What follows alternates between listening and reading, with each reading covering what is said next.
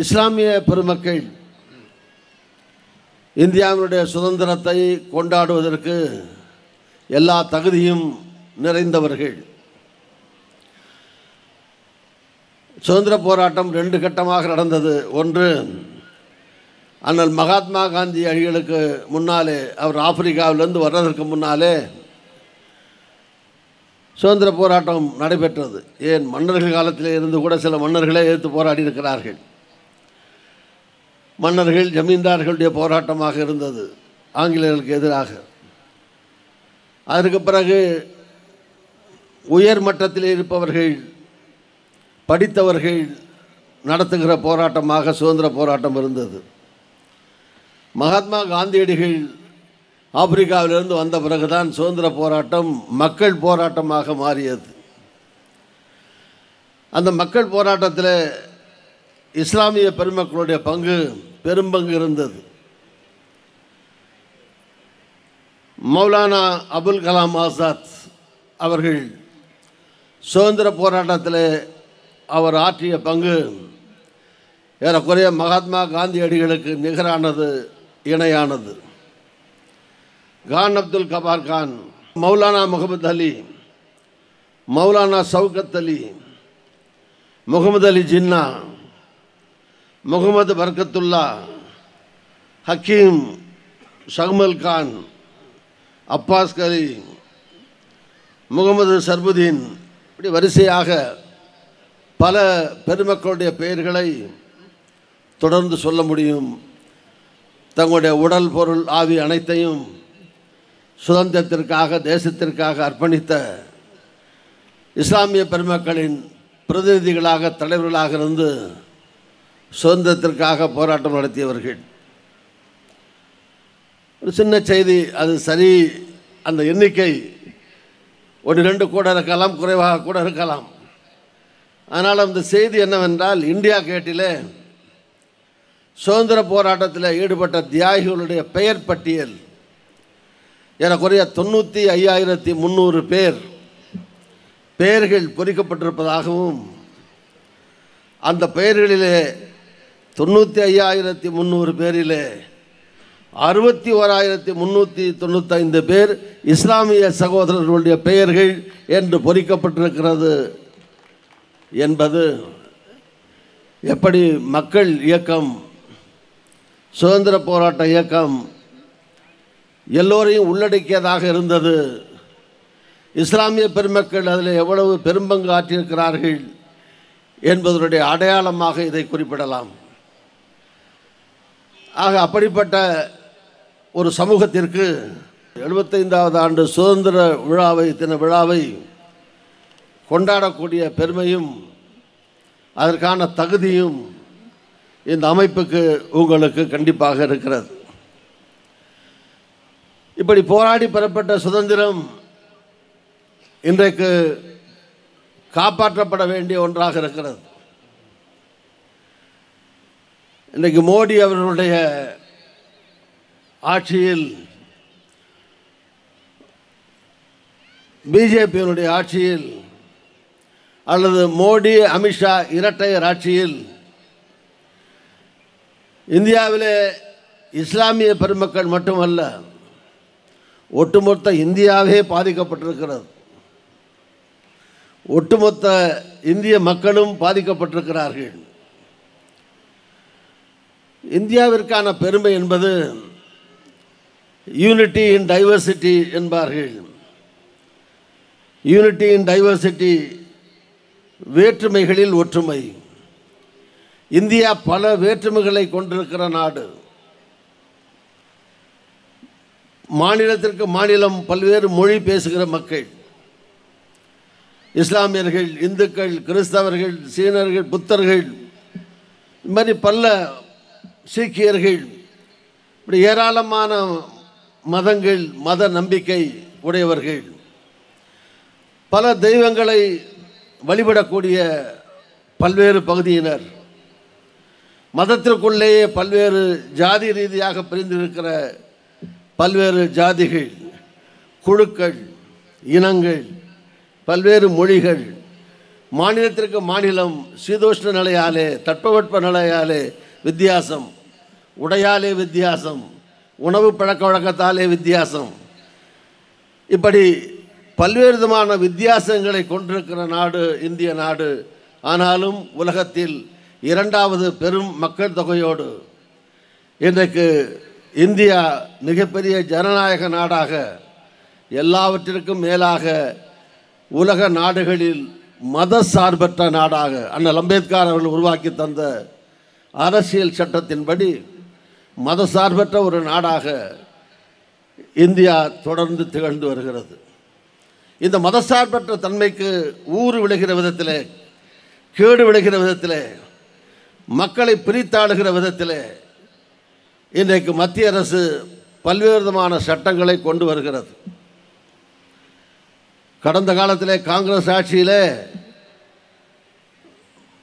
Union டெரிட்டரியாக இருந்த மாநிலங்கள் முழுமை பெற்ற மாநிலங்களாக மாற்றப்பட்டன.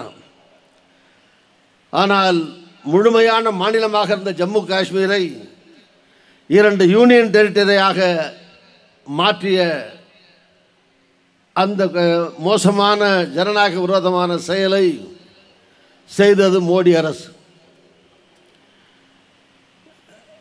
இந்தியாவிலே மக்களாலே தேர்ந்தெடுக்கப்பட்ட அரசுகளை இதுவரை 10 அரசாங்கங்களை குதிரை பேரத்தின் மூலமாக எம்எல்ஏக்களை விலைக்கு வாங்கி பண ஆசையோ பதவி ஆசையோ காட்டி அல்லது அரசு இயந்திரங்களை பயன்படுத்தி அச்சுறுத்தி 10 மாநில அரசுகள் மாற்றப்பட்டிருக்கிறது. சுப்ரீம் கோர்ட் தீர்ப்பாலே ஆட்சிகளை கலைக்க முடியாது, ஆனால் ஆட்சிகளை மாற்றுகிறார்கள். பக்கத்தில் கர்நாடகத்தில் ஆரம்பித்து, கோவாவில் ஆரம்பித்து, சமீபத்தில் மகாராஷ்டிரா வரைக்கும் 10 மாநிலத்தில், மத்திய பிரதேசம், ராஜஸ்தான்லேயும் முயற்சி பண்ணார்கள், முடியலை. இதுவரை 10 மாநில அரசுகள் மக்கள் தேர்ந்தெடுத்த அரசாங்கம், கட்சி வேறு, ஆட்சியில் இருக்கிற கட்சி என்பது வேறு. இப்படி பிஜேபியை எல்லா மாநிலங்களிலேயும் ஆட்சிக்கு கொண்டு வர மத்திய அரசு முயற்சிக்கிறது. கட்சியே இல்லாத ஊரிலே கூட கட்சியை பலப்படுத்துவதற்கு நூற்றுக்கணக்கான கோடி ரூபாய் செலவு செய்யப்படுகிறது. தமிழ்நாட்டிலே பிஜேபி ஒன்றும் கிடையாது. ஆனாலும் பிஜேபிக்கு ஒவ்வொரு மாவட்டத்திலேயும் 2 கோடி ரூபாய்க்கு இடம் வாங்குகிறார்கள், 2 கோடி ரூபாய்க்கு கட்டடம் கட்டுகிறார்கள். சாதாரணமாக கட்சி மாவட்டங்கள் 75 இருக்கும். வருவாய் மாவட்டம் 30, 35, 34, 35 மாவட்டங்கள் இரண்டாக பிரித்து கட்சி மாவட்டங்கள் சில கட்சிகளின் வசதிக்கு ஏற்ப 70, 75 இருக்கும். சாதாரணமாக வருவாய் மாவட்டத்தினுடைய அடிப்படையிலே பார்த்தால் கூட ஒன்றுமே இல்லாத, பிஜேபியே இல்லாத, அடிப்படையே இல்லாத தமிழ்நாட்டிலே கூட 200 கோடி ரூபாய்க்கு மேலே கட்டிடம் கட்ட, இடம் வாங்க, அதற்கான ஒரு அஸ்திவாரத்தை எதிர்காலத்தில் பதிப்பதற்காக பிஜேபி தமிழ்நாட்டிலே தொடங்கி எல்லா மாநிலங்களிலேயும் தங்களை சிறப்படுத்த முயற்சிக்கிறார்கள். என்னதான் முயன்றாலும் தமிழ்நாட்டிலே நிச்சயமாக பிஜேபி எந்த காலத்திலேயும் வேரூன்ற முடியாது. வேரூன்ற இது பெரியார் பூமி, இங்கே நிச்சயமாக இந்த மண்ணிலே அதற்கு இடம் இருக்காது. ஆனாலும் கூட முயற்சிகள் மேற்கொள்ளப்படுகிறது. ஒரு பக்கம் அரசியல் ரீதியான சித்து விளையாட்டுகள், மக்களை பிரித்தாளுகிற சூழ்ச்சி, மக்களுக்குள்ளே இந்துக்கள் இஸ்லாமியர்கள் என அவர்களை பிரித்து மோதவிட்டு அதன் மூலமாக வாக்குகளை பெறுவதற்கான தந்திர முயற்சி, சூழ்ச்சி. இன்னொரு பக்கத்திலே நாட்டை அழிவு பாதையிலே பொருளாதார ரீதியாக கொண்டு போகிற நிலை. உங்களுக்கு தெரியும் ஜிஎஸ்டி.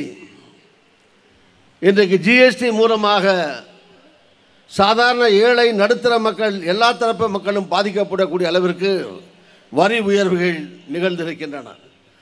தொடர்ந்து போய்கொண்டே இருக்கிறது. பெட்ரோல் விலை, டீசல் விலை, சமையல் எரிவாயு விலை, இதெல்லாம் எப்பெல்லாம் மத்திய அரசுக்கு பணம் தேவையோ அப்போது பாக்கெட்டில் கைவிட்டு எடுக்கிற மாதிரி உடனடியாக வரியை உயர்த்தி, கட்டணத்தை உயர்த்தி மக்கள் பாக்கெட்டில் இருந்து பிடுங்கிக் கொள்கிறார்கள். எடுத்துக் கொள்கிறார்கள் என்று கூட சொல்ல மாட்டேன், வழிப்பறி மாதிரி பறித்துக் கொள்கிறார்கள். இன்னொரு பக்கம் வரி போட வேண்டும். ஆட்சினா வரி போடாமல் நடத்த முடியாது. ஆனால் தாங்கக்கூடியவர்களுக்கு வரி போட வேண்டும். ஆனால் இந்த அரசாங்கம் பணக்காரர்களுக்கு வரி போடுவதற்கு பதிலாக ஏழை நடுத்தர மக்களுக்கு வரி போட்டு பணக்காரர்களுக்கு சலுகை தருகிற அரசாங்கமாக இந்த அரசாங்கம் இருக்கிறது. அதானி குழுமம் உலக பணக்காரர் வரிசையில் 4வது இடத்திற்கு உயர்ந்திருக்கிறார்.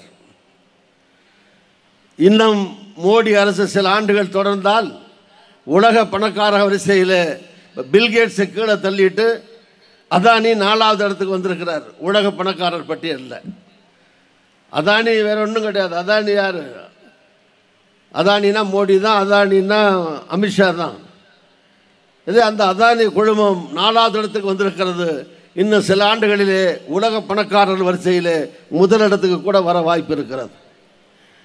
இப்படி எல்லாம் வசதியானவர்களுக்கு போய் சேருகிறது. சாதாரணமாக உங்களுக்கு புரிய வேண்டும் என்பதற்காக சொல்லுகிறேன். சாதாரணமாக அரிசியிலிருந்து உளுந்து பருப்பு எல்லாம், பால், தயிர்,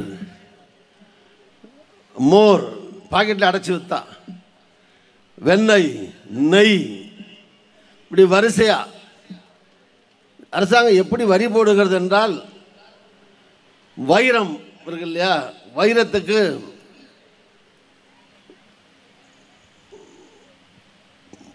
குறைந்த வரி, வைரத்துக்கு 3% வரி, தங்கத்துக்கு 5% வரி. ஹாஸ்பிட்டலில் போய் படுத்தா, இன்டென்சிவ் கேர் யூனிட்டில் படுத்தீங்கன்னா ஜிஎஸ்டி வரி, சுடுகாட்டில் புதைக்க போனால் வரி, ஹாஸ்பிட்டலில் ரூம் எடுத்து தங்கினா 5% ஜிஎஸ்டி. ஆக மோடி அரசு பிறப்பிலிருந்து இறப்பு வரை சாக போகிறவனை கூட நிம்மதியாக சாக விடாமல் வரி போட்டு சாகடிக்கிற ஒரு அரசாங்கமாக மோடி அரசாங்கம் இன்றைக்கு செயல்பட்டு கொண்டிருக்கிறது. இன்டென்சிவில் இருக்கும்போது அவன் உயிருக்கு போராடணும், பெட்டில் இருந்தால் 5% வரி கட்டணும் ஜிஎஸ்டி. இல்லை, இப்படிப்பட்ட ஒரு கொடுமையான அரசாங்கம் இதுக்கு முன்னால் எந்த காலத்திலும் இருந்திருக்க முடியாது. ஆக மக்களை பற்றி கவலைப்படாமல், அது விவசாயிகளாக இருந்தாலும் சரி, வியாபாரிகளாக இருந்தாலும் சரி, சாதாரண பொதுமக்களாக இருந்தாலும் சரி, இப்படி அனைத்து தரப்பு மக்களையும் இன்றைக்கு வீழ்ச்சி அடைய செய்கிற மோசமான பொருளாதார சீர்கேட்டை உருவாக்கி மக்களை ஏழ்மையாக்கி கொண்டிருக்கிறது இந்த அரசு. ஒரு பக்கத்திலே பணக்காரர்களுடைய எண்ணிக்கை கூடிக்கொண்டிருக்கிறது, ஒரு பக்கத்திலே ஏழைகளுடைய எண்ணிக்கை கூடிக்கொண்டிருக்கிறது. இப்படிப்பட்ட இந்த அரசாங்கம் தூக்கி எறியப்பட வேண்டிய ஒரு அரசாங்கம். தேர்தல் வருகிற போது எனக்கு முன்னாலே நம்முடைய வன்னி அரசு அவர்கள் குறிப்பிட்டதைப் போல, நீங்கள் தேர்தலிலே போட்டியிடுவதில்லை என்றாலும் பிஜேபி ஆட்சியிலிருந்து வராமல் தடுப்பதற்கான அந்த உபாயங்களை கையாளுகிற விதத்தில் பிஜேபிக்கு எதிரான கூட்டணிகளை நீங்கள் ஆதரித்து ஜனநாயகம் காப்பாற்றப்படவும், இந்திய நாடு காப்பாற்றப்படவும், சிறுபான்மை மக்களுடைய நலன் காப்பாற்றப்படவும் என்றைக்கும் பாப்புலர் ஃப்ரண்ட் ஆஃப் இந்தியா துணை நிற்க வேண்டும். உங்களுக்கு பிரச்சனைகள் வந்தால் காங்கிரஸ் போன்ற நாங்கள் நிச்சயமாக உங்களுக்கு துணையாக இருப்போம். அது ஆளுநர் சொன்னாலும் சரி, யாராவது ஒருத்தர் தீவிரவாதின்னு சொல்கிற காரணத்தினாலே நீ தீவிரவாதி ஆகிட முடியாது. வேற்றுமையில் ஒற்றுமைனா என்னன்னா, வேற்றுமைகள் இருக்கும், அதுக்குள்ளே எல்லாரும் ஒற்றுமையாக இருக்குன்னா எல்லோருக்கும் எல்லாம் கிடைக்கணும், எல்லோருக்கும் சமூக நீதி வழங்கப்பட வேண்டும், அவரவருடைய மக்கள் தொகைக்கு ஏற்ப அவர்களுக்கான அனைத்தும் செய்யப்பட வேண்டும். ஒரு பகுதி மக்கள் அல்லது யாராவது குறிப்பிட்ட ஒரு பகுதி மக்களை நீங்கள் பாதிக்க செய்கிற போது அவர் போராடத்தான் செய்வார்கள். கண்டிப்பாக அந்த போராட்டம் இருந்துதான் ஆகும். அது எந்த வகையான போராட்டமாகவும் மாறலாம். அதற்கு இடமளிக்காமல் இருக்க வேண்டியது அரசாங்கத்தினுடைய பொறுப்பு, ஆட்சி நடத்துவர்களுடைய பொறுப்பு. எனவே பாப்புலர் ஃப்ரண்ட் ஆஃப் இந்தியா பொறுத்த வரைக்கும் இது மக்கள் இயக்கம். இந்த மக்கள் இயக்கமாக நடத்துகிற இந்த அமைப்பு மேலும் வலுவடையவும் வெற்றி பெறவும், காங்கிரஸ் எப்போவும் மதசார்பற்ற கட்சிகளில் இந்தியாவில் ஒரே கட்சி காங்கிரஸ் கட்சி தான் இந்தியாவில் தேசிய கட்சிகளில்.